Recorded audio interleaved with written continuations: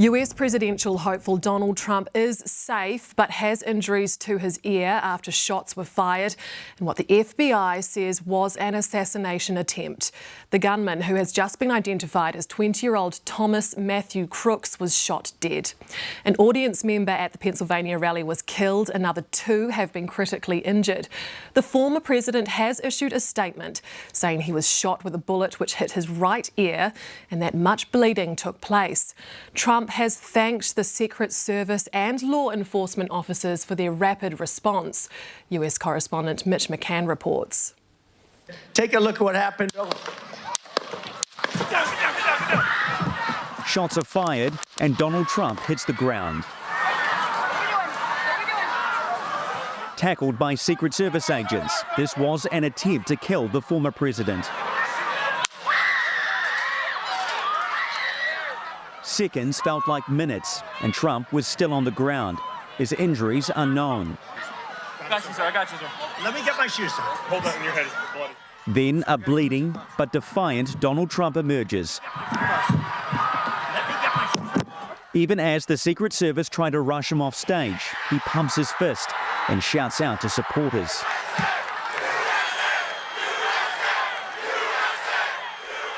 Staggering, extraordinary scenes captured in photographs that will go down in history, and the news sends shockwaves around the world. Good evening. We are coming on the air with breaking news. There has been an incident at Donald Trump's Pennsylvania rally. Something has happened at the Trump...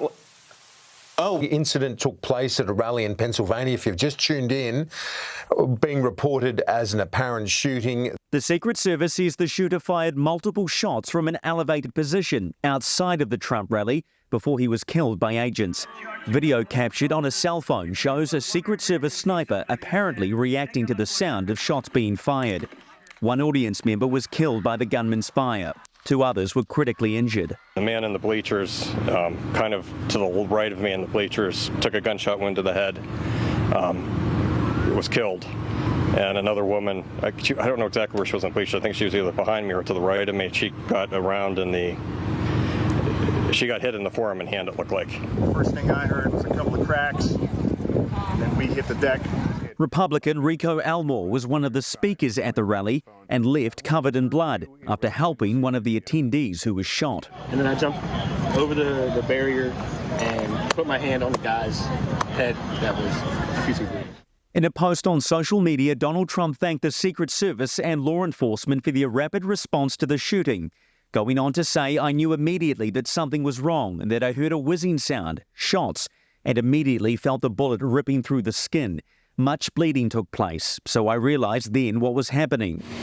Meanwhile, current President Joe Biden returned to the White House tonight after the shooting. He was originally scheduled to be in Delaware for the weekend. The president quick to condemn political violence. There's no place in America for this kind of violence. It's sick. It's sick. The Trump rally was a rally that he should have been able to be conducted peacefully without any problem. Leaders around the world joining in denouncing the attack. New British Prime Minister Keir Starmer posted on X saying he was appalled by the shocking scenes and sends his best wishes to Trump and his family. And Canada's Justin Trudeau calling out political violence, saying his thoughts are with the former president. After Trump was treated at a medical facility, his motorcade made a speedy exit from Butler in Pennsylvania. But Trump has vowed to continue to fight on. The next stop is the Republican National Convention in Milwaukee, a city now likely to resemble Fort Knox after tonight's attempt to kill the former president. OK, Mitch, it's past 2 a.m. for you after an extraordinary day. What are the latest developments? Yeah, good evening, Laura. As you say, it has been an extraordinary few hours here in the United States, and there are some developments in the last few hours. We know that Joe Biden, the current president, has now managed to get through to Donald Trump. He called him from the White House tonight after earlier putting out that supportive statement. Adding to that, we've also seen vision emerge online. Donald Trump has now arrived in New Jersey, where he is staying tonight.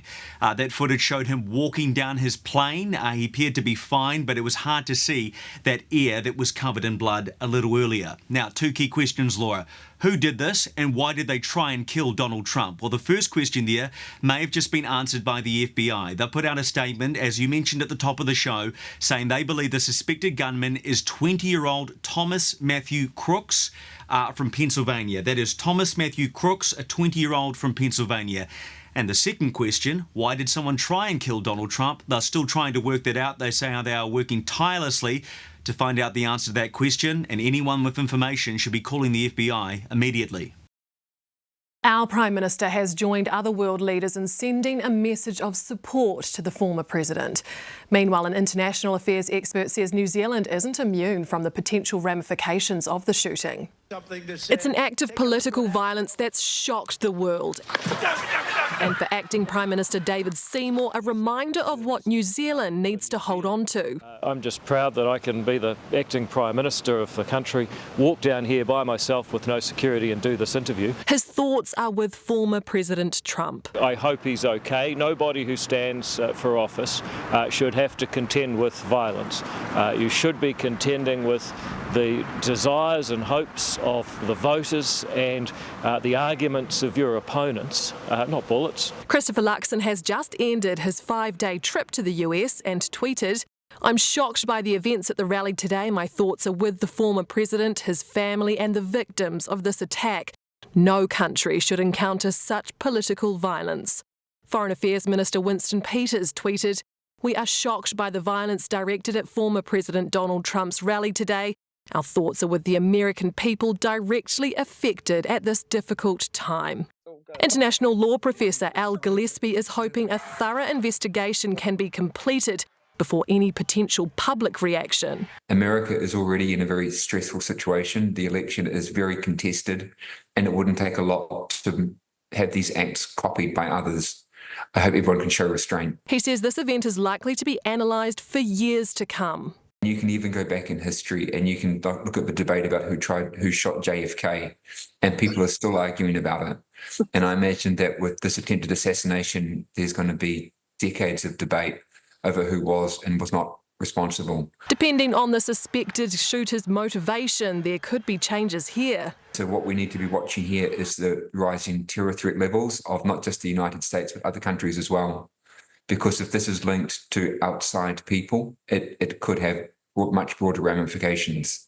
But in the short term, he says it raises the likelihood that our politicians will be working with Trump as the next president. I think this will actually increase his viability as a candidate. Well, let's return to Mitch. What are the people there saying about how this might affect the election? Yeah, Laura, look, I think this goes without saying. This really changes everything for the upcoming campaign. Still 4 months to go for the election. And I think the first thing that we're going to see is increased security around both the candidates and the events that they're going to be holding. Not just the president and Donald Trump, but also potential vice presidential candidates for Donald Trump can have more security probably around them as well. I think that's something we're going to see. But it's important to note, you know, I've been to a number of these Donald Trump rallies. I went to one in the Bronx here in New York around a month ago.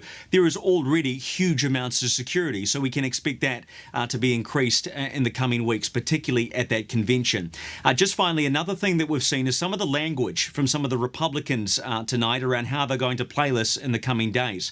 One congressman from Georgia, Mike Collins, posted online, "Joe Biden sent the orders." And another Republican, J.D. Vance, he's rumoured to be a vice presidential pick for Donald Trump, he had this to say. "The central premise of the Biden campaign is that Donald Trump is an authoritarian fascist who must be stopped at all cost. That rhetoric led directly to President Trump's attempted assassination." So I think with that language, you can see where some Republicans are going to take this election campaign in the coming weeks.